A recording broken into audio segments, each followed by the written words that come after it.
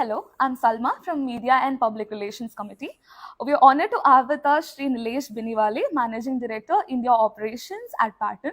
So we're very happy to welcome you to IIM Raipur's 8th Leadership Summit. So my first question to you is that can you please elaborate on your personal journey and how it has influenced your career trajectory in technology and leadership? Sure. Thank you, Salma, and thank you everyone for inviting me for IIM Raipur. I'm really delighted to speak with all of you. Basically, to talk about my personal journey, I started my career as an entrepreneur. For the first 10 years of my career, I was an entrepreneur. The last year of my college, I didn't give one paper so that my parents don't push me to get into a job and I start my own business. I started my business, and after 10 years, I really had to shut it down. One of the biggest failures of my life, but then I'm still proud about it. And after that, I started working for a lot of corporate companies. I worked for Microsoft, I worked for Schlumberger, I worked for Allscripts. All of them were very big companies. And then finally, I decided to work for a small company like Pattern, which was just 20 people in India, and overall it was only 500 people. But then one of the most important thing was right time at the right place was something that I was looking forward for. So all the experience that I had gathered over a period of time, I wanted to put it into Pattern and bring it to a scale. And right now I'm extremely happy working out here because we have grown from 20 to 350 people in just span of 2 years. So I'm very delighted about the journey that I had.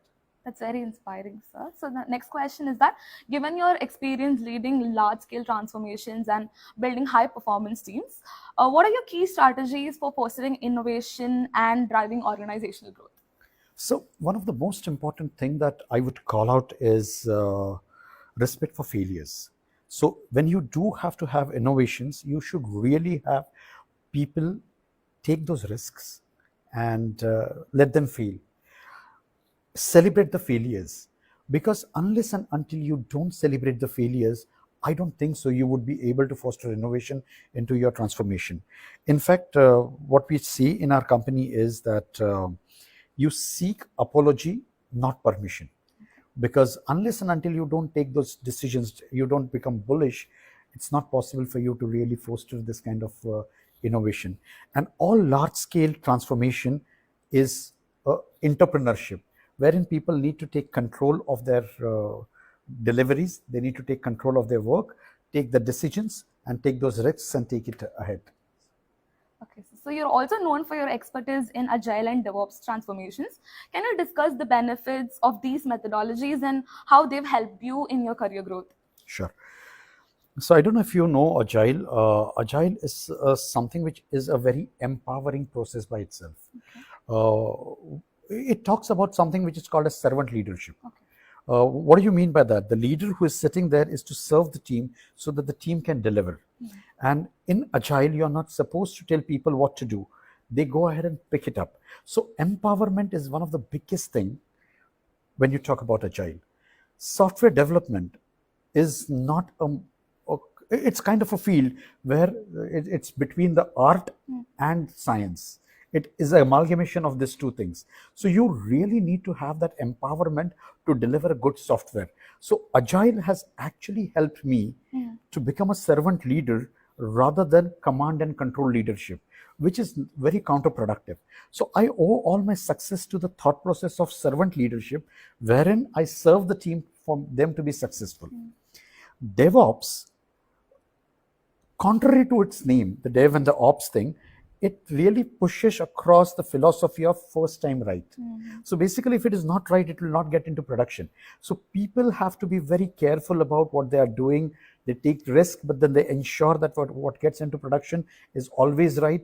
So empowerment and first time right, these are the two things which agile and DevOps really pushes you across. And that makes the software world work much faster.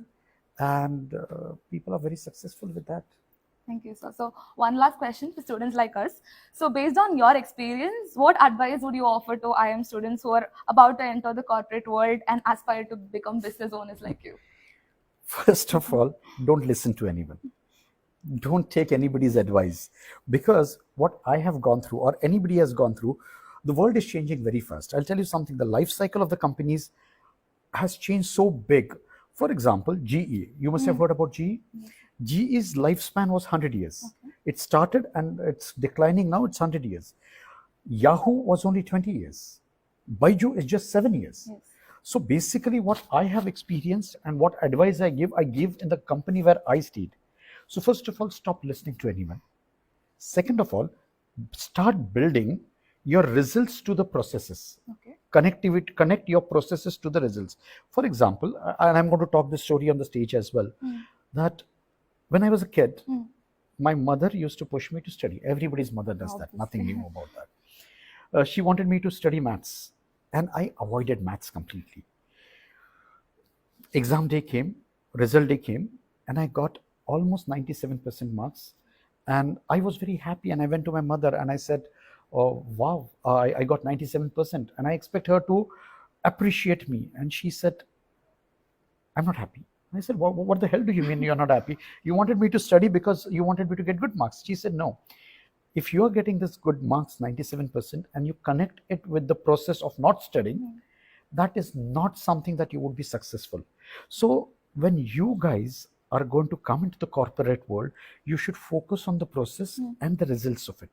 And then start making it as a muscle memory that how to take a decision depending on the process and the result. Yes, so you should really listen to yourself, your experience, your processes rather than anybody else. Okay. Does it make sense? Yes, sir. So that would be it. So thank you for joining us at IIM Raipur today. Your insights and experience is going to come handy for all of us here. So it's a pleasure to have had the opportunity to be able to interact with you. So we look forward to seeing you in the future as well. So thank you. Sure. Thank you so much, Salman. Thank you, everyone. Really appreciate. Thanks. Thank you, sir.